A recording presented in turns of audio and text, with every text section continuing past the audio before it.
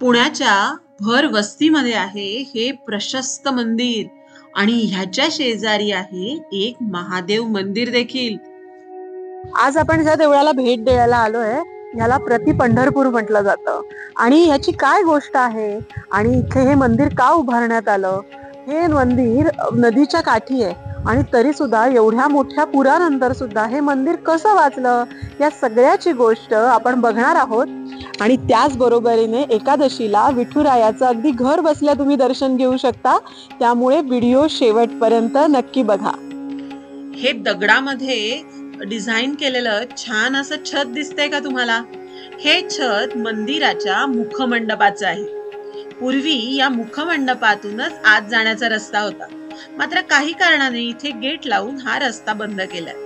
त्यामुळे सद्यस्थितीमध्ये मंदिराचं जे प्रवेशद्वार आहे तिथून आम्ही आत गेलो। सध्या आषाढी एकादशी जवळ आली आहे, त्यामुळे मंदिर सजवण्याचं काम अगदी जोरात सुरू होतं। हॅलो, आपण जर मुखमंडपातून आत आलो असतो ना तर असं मस्त भव्य मंदिर आपल्याला दिसलं असतं, ज्याच्या बाजूला तटबंदी आहे, आतमध्ये देऊळ आहे आणि तुम्हाला माहितीये का या देवळामध्ये 2 सभामंडप आहेत, आतमध्ये छान प्रदक्षिणा मार्ग आहे। हे सगळं आपल्याला या व्हिडिओत बघायला मिळणार आहे ना, पण त्याच्या आधी गणपती बाप्पाला नमस्कार करूया। तुम्हाला माहितीये हे मंदिर हेमाडपंथी शैलीतलं आहे। तर हे नाव कुठून आलं तुम्हाला माहितीये का? देवगिरीच्या यादवांचे पंतप्रधान हेमाड यांच्या कारकिर्दीमध्ये त्यावेळची खूप प्रमुख मंदिरे महाराष्ट्रात उभारण्यात आली आणि या मंदिरांना हेमाडपंथी शैली असं नाव पडलं आणि मग त्यासारखी अनेक मंदिरं जी तयार झाली याला देखील हेमाडपंथी शैली आपण म्हणतो। पंढरपूरचं विठ्ठल मंदिर देखील हेमाडपंथी शैलीतलं आहे बरं का। गेल्या गेल्या पहिला जो सभामंडप लागतो तिथेच तुम्हाला दिसतंय का एका साईडला एक मूर्ती ठेवलेली आहे। ही मूर्ती आहे संभाबाबा गोसावींची। ही इथे का ठेवली माहितीये? कारण ह्यांनीच हे मंदिर इथे उभं केलंय। हे मंदिर का उभं राहिलं याच्या मागची गोष्ट माहितीये तुम्हाला? विठ्ठलाचे अतिशय निस्सीम भक्त श्री संभाबाबा गोसावी हे दरवर्षी वारीला जात असत, पण वयामुळे थकल्यामुळे ते वारीला जाऊ शकत नव्हते आणि मग त्यांनी विठ्ठलाला सतत म्हणत होते की विठ्ठला मी नाही येऊ शकत रे वारीला तुझ्याकडे, तू मला इथेच दर्शन दे। आणि मग नांगरणी करताना तिथे त्यांना विठ्ठलाची मूर्ती सापडली। त्याच्यावर देखील ते म्हणाले की फक्त दगडातून नाही तर प्रत्यक्ष दर्शन घे, आणि असं म्हटलं जातं की त्यांना खरंच तिथे विठ्ठल प्रगट होऊन दिसला। वरच्या बाजूला हे जे म्युरल आहे ना त्यामध्ये ही गोष्ट आपल्याला पाहायला मिळते। तिथे अनेक घोडेस्वार पाणी पाजायला घोड्यांना घेऊन येत असत आणि त्यावेळी त्यांना दिसलं की एक बाबा तिथे विठ्ठल मूर्तीची पूजा करतायत। त्यांनी ही गोष्ट राजापर्यंत कळवली आणि असं म्हटलं जातं की छत्रपती शाहू महाराजांनी मंदिर उभारणीसाठी त्यांना तिथे जमीन दिली। त्यानंतर एकदा निजामाने स्वारी केल्यावर मंदिराचे खूप नुकसान केले होते। त्याच्यानंतर थोरले माधवराव पेशवे यांनी मंदिराचा जीर्णोद्धार करून पेशवाई पद्धतीने गडीवजा दगडी बांधकाम केले। मंदिरामध्ये मुख्य प्रवेशद्वारावर नगारखाना आहे, मोठ्या लांब ओऱ्या, भक्कम तटबंदी, यामुळे मंदिर भव्य तर वाटतेच, पण त्याच बरोबरीने या तटबंदीने मोठ्या पुरापासून देखील मंदिराला वाचवलेले आहे। तटबंदीचं निरीक्षण करत असताना हा भाग ना मला खूप आवडला, जिथे खालच्या बाजूला असं दगडी काम, वर असं विटांचं काम मस्त दिसतंय ना। तटबंदीतून फिरत असतानाच इथे एक शंकराचं देऊळ दिसलं। मग कळलं की गोसावी कुटुंबियांपैकी एकाने हे इथे मंदिर उभारलेलं आहे। शंकराला नमस्कार करून आम्ही तटबंदीच्या वरच्या भागामध्ये गेलो। इथून हे मंदिर अतिशय सुंदर दिसतं आणि मंदिराचा दाक्षिणात्य पद्धतीचा कळस देखील आपल्याला दिसतो। हा कळस सहसा बाहेरून किंवा मंदिराच्या आतून देखील दिसत नाही। या तटबंदीच्या इथून खाली गोमुख दिसलं आणि नदी पात्रातलं ते देऊळ देखील दिसलं। ते देऊळ काय आहे हे आपण नंतर बघणारच आहोत हा। चला आता आपण दुसऱ्या सभामंडपाकडे जाऊया, पण त्याच्या आधी पूर्वा सूरज या चॅनलला तुम्ही अजून सबस्क्राईब केलं नसेल तर लगेच सबस्क्राईब करून टाका आणि वेगवेगळ्या जागांची आणि मंदिरांची माहिती देखील बघा। हा सभामंडप अतिशय देखणा आहे आणि वेगळा देखील आहे। याच्या छतावर आणि खाली आपल्याला बऱ्याच ठिकाणी मिरर वर्क बघायला मिळतं, ज्यामध्ये लाल, निळ्या, हिरव्या अशा काचांचा आणि आरशांचा उपयोग केलाय.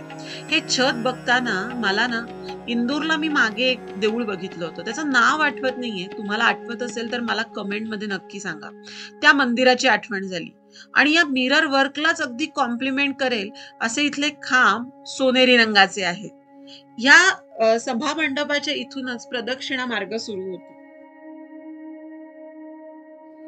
या तटबंदीच्या दिसणाऱ्या खांबांमुळे असेल किंवा या मंदिरात असणाऱ्या स्वच्छतेमुळे असेल किंवा या फरशीवरच्या नक्षीमुळे असेल, पण या मंदिरात प्रदक्षिणा घालताना एक वेगळाच भक्तिभाव मनात दाटून आला, हे मात्र खरं. प्रदक्षिणा पथावरच गर्भगृहाकडे जाण्याचा एक रस्ता आहे. प्रदक्षिणा घालताना माझं लक्ष गेलं ते एका भिंतीवर वेगवेगळ्या कोनाड्यांमध्ये ठेवलेल्या विष्णूच्या दशावतारांकडे.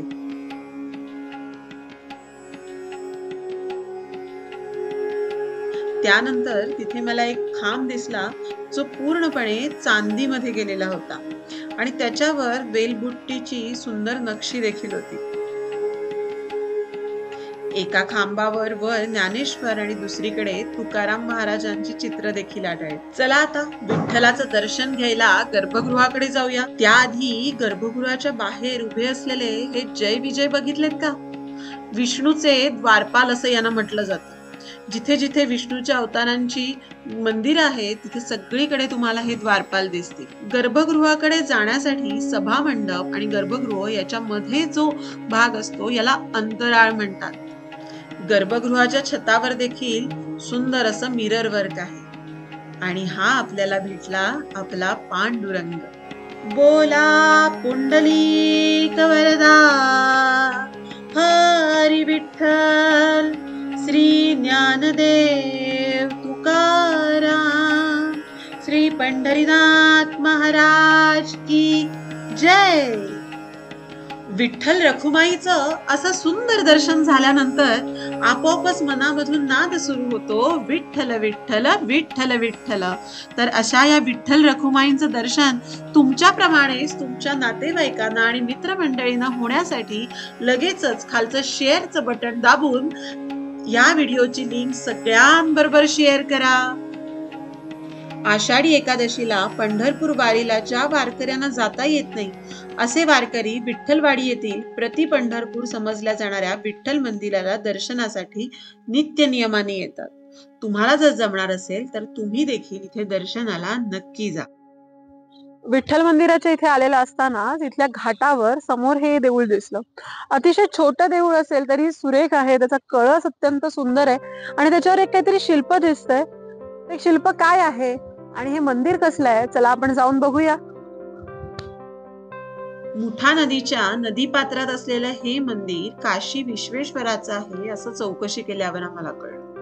या मंदिराच्या इथे फार कोणाचं येणं जाणं नसावं. आम्ही गेलो तेव्हा देखील हे मंदिर बंद होतं, त्यामुळे फार काही या मंदिराचा भाग बघता आला नाही. मात्र पुंडलिकाचं वर असलेलं शिल्प आम्ही बघितलं. तुमच्या मनात देखील पंढरपूरला जायचं असेल पण कामामुळे किंवा वारीत सहभाग न झाल्यामुळे जर जाऊ शकत नसाल तर पुण्यातल्या या प्रति पंढरपुराला नक्की भेट द्या. इथलं मंदिर अत्यंत सुंदर, स्वच्छ आणि मोठं आहे. त्याचबरोबरीने खूप शांतता आहे. शेवटी मंदिर म्हणजे काय, जिथे शांततेत आपल्याला मेडिटेशन करता येईल, देवाशी संवाद साधता येईल, स्वतःशी संवाद साधता येईल. बरोबर आहे ना? तुम्हाला आवडलं असेल हे देऊळ, आवडलं असेल तर नक्की लाईक करा. ते इतिहास नाही तर ही आहे गोष्ट.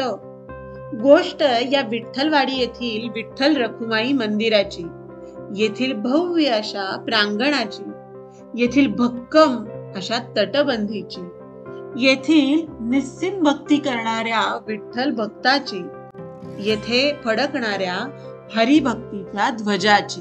कारण या गोष्टीच असतात ज्या नवीन नवीन जागा शोधायला आम्हाला भाग पाडतात.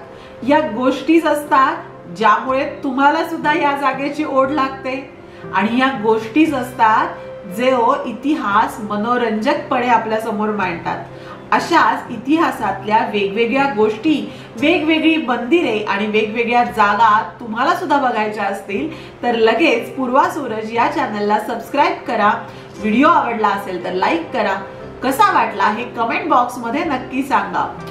एकादशी आलेलीच आहे. एकादशीला सुंदर रांगोळी जर तुम्हाला काढायची असेल तर विठोबाची 3D रांगोळी अशी सोप्या पद्धतीने शिकवलेली आहे मित्रकला या चॅनलवर. लिंक तुम्हाला इथे वर दिसेल किंवा डिस्क्रिप्शन बॉक्स मध्ये आहेच. तेव्हा मित्रकला चॅनलवर जाऊन ती रांगोळी नक्की बघा. त्याचबरोबरीने पूर्वा सूरज सारखंच मित्रकला चॅनलला देखील सबस्क्राईब करा. असंच फिरत राहू, भेटत राहू, वेगवेगळ्या गोष्टी शोधत राहू. तोपर्यंत बाय बाय.